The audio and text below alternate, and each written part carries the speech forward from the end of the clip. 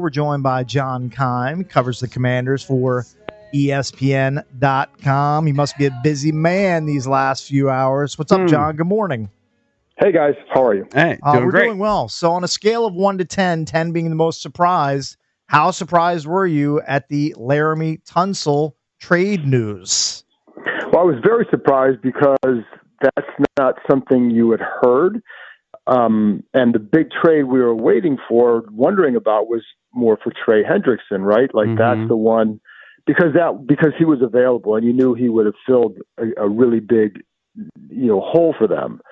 What I did know is that they seem to be intent on finding a left tackle.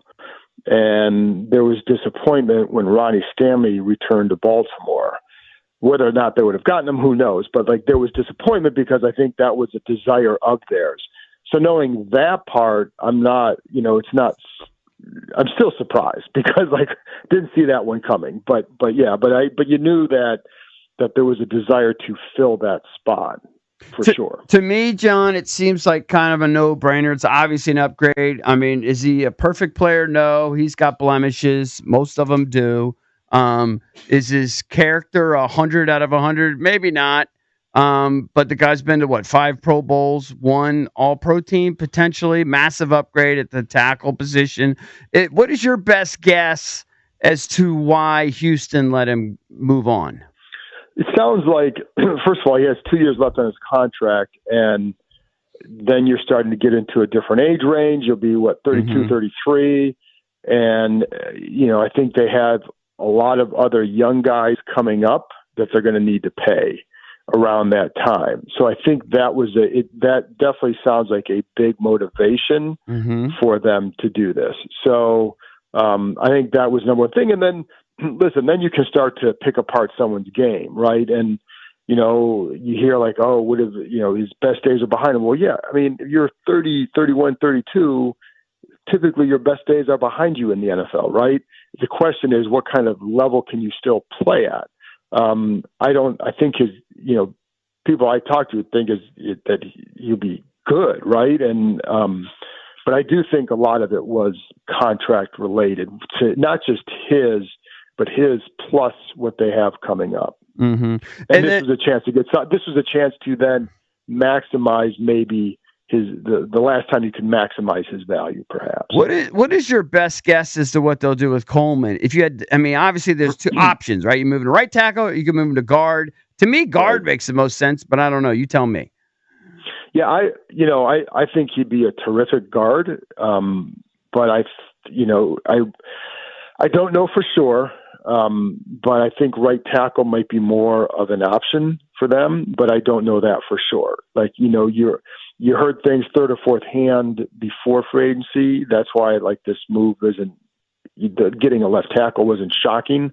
But I don't know for sure what their plan is with him. What I do know is he gives you the ability to look at multiple options. That's one of the beauties of Coleman, that, you didn't, if you had to ride with him again at left tackle, you could, but he's probably better elsewhere. And I think, I think he'd be, and I've talked to other people during the last year who have felt the same, or not last year, during the last season, et cetera, and even after the season, that he'd be a really good guard. But I could also see right tackle being a strong possibility.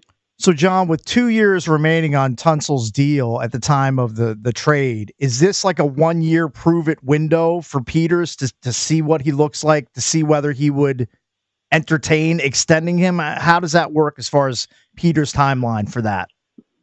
It's a lot to give up for a 1-year thing, if that's what it is. So I would hope that it's not that. I would think that you look at this and say, you've got this spot locked down for the next 4 or 5 years, and that it should result in an extension, to me, if you're going to give up the capital to do that.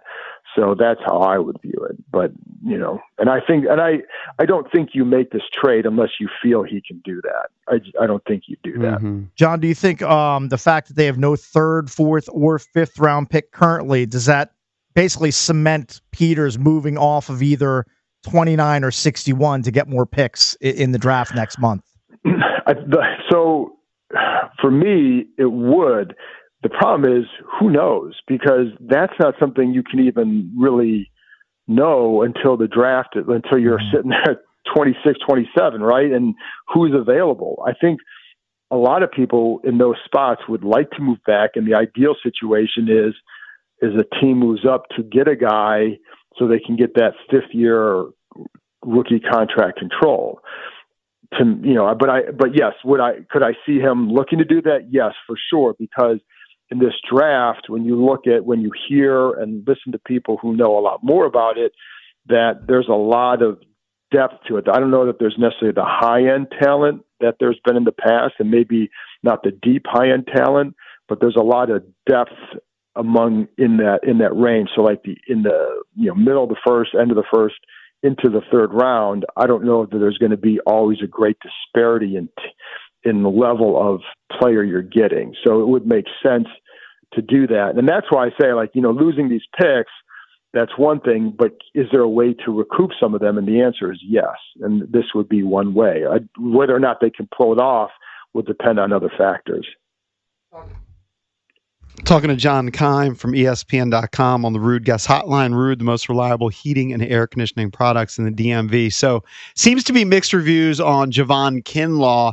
How do you see him fitting into this defense? I said simply, he's cheaper, younger, and heavier than Jonathan Allen. He is, but did you say better? I did not. Did you hear me say better? No, you did not. You did not. So, but the one thing, so with Kinlaw, when you watch him, there's a lot of inconsistencies there. He's 6'5" playing inside. That is, tall for inside. So playing with good leverage, staying low consistently. When I watched him, that seemed to be something he had to deal with. But what I don't know is what is their plan for him. And I say that because you look at him, he has traits that are good, right? He is a big guy. He has some good length. There is some power there. Could you maybe play him a little bit more as an end, as a run stopping end? And then, I talked to some people who felt like that was the idea, play him outside and then move him inside on pass downs. He does have a good quick get off. There are times when he was playing over the nose where he'd win, but it was usually winning with a quick first step, So that's the hard part. You can watch him with what he did with the Jets or the Niners, and again, you're going to see inconsistencies. That's why the Niners moved on from him, and it's why the Jets were okay letting him go. But what I don't know, the one thing what I know with Dan Quinn, he is willing to think outside the box. And and this is brought up by, I think it was Chad Forbes on Twitter, a guy who runs NFL Bible or something like that, where he brought it up. And so I'm going to echo what he said, because it's why I asked some people if they felt like this was an idea, which is in 2010, when Dan Quinn was the D-line coach in Seattle, he had Red Bryant, was a defensive tackle backup, didn't play much. They put him out as an end, and he became a very good run stopper in that defense. And, so I don't know if he sees him the same way or not. That's why, I'm kind of not reserving judgment on it, but I want to see how they plan to use him, because one of the things that Quinn said, too, at the Combine was just because a team used a guy a certain way last year doesn't mean that's how we see them. So those words echo, and I think, Dan Quinn is very good at listen, man, when he was on with you guys, the one word association, Jaden Daniels, game changer, it's a wrap, right? Mm-hmm. So you pay attention to what he says. And so when he says that, now, because of that, when you look at Kinlaw with his traits, could you do this? So I want to hear what their plans are for him, or see what their plans are for him, to see how he's really going to fit and what kind of signing it will be. I mean, they clearly need more help on that line. They don't have that, they still want to get that pass rusher, et cetera.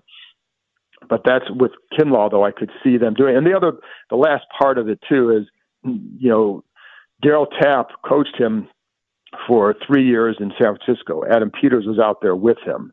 So there's a familiarity with him.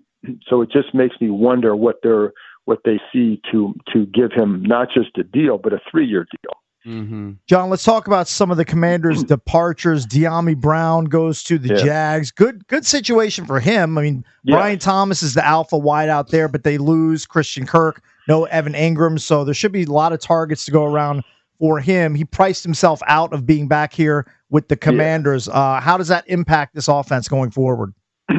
I think, well, listen, if Noah Brown, who's still out there, and I would expect him to come back, I think you're fine there.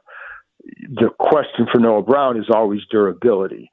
I would still want to add somebody else out there, but you can get a guy, if you can add more picks, you can get a guy in the draft, or you can get, I think the second wave of free agency will be interesting for this team, because I think that's where they're going to view the better shopping, more cost, not just cost effective, but maybe more bang for your buck in that range. So, that'll be curious to see what they do there. But I think if Noah Brown is healthy and can play, he's going to be that guy. Now on the defensive on the defensive side, Jeremy Chinn goes to the Raiders on a 2-year deal. That's the more impactful loss. He signed a 1-year deal here, and he really proved himself. The Raiders wanted him, gave him $16 million. Talk about Chinn leaving for the Raiders. Yeah, and I thought he was going to be a guy that they were going to keep, and I kept hearing they wanted him back. But I felt like he did a nice job for them. Good size, hybrid player, can play, come down in the box, play as in a linebacker type role, physical, good communicator. So, can you replace him? Well, of course, but you now have to replace him. So, I think it's a loss, but how big a loss, remains to be seen. But I thought going into this period, I thought he was a guy they would bring back. John, remind me, we always know this bizarre legal tampering period thing. It's just joke. Why don't they just call it the start of free? It's so dumb. Yeah. But remind me, we always know there's a flurry of activity on, yesterday. What is today typically like? I mean, you're not going to get the same big splash, and I don't know that. For us, ESPN, we're going to have hours long special on day 2 of legal tampering, but you're going things still more signings, right? For sure.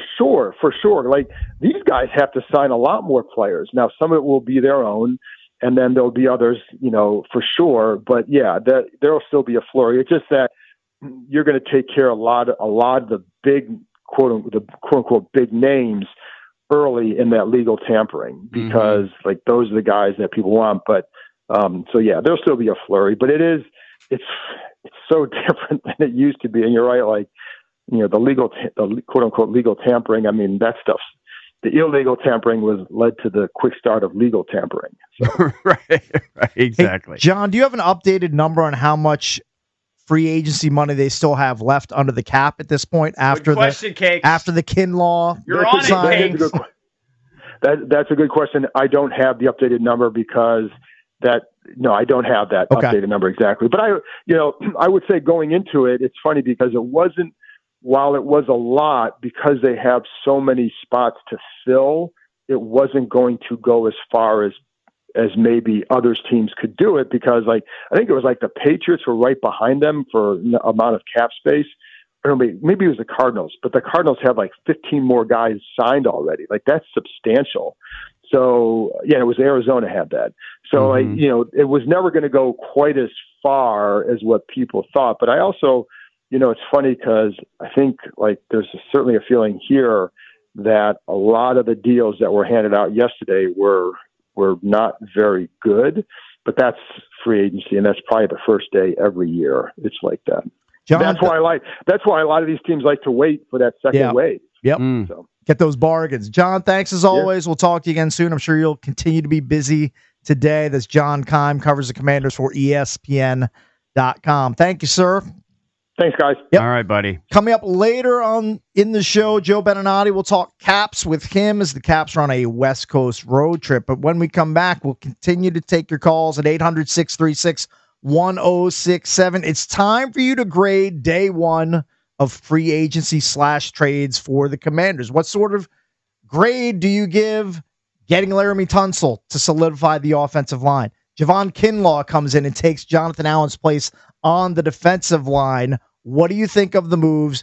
Grade them next. 800-636-1067. We'll take your calls on the MGM National Harbor listener lines next.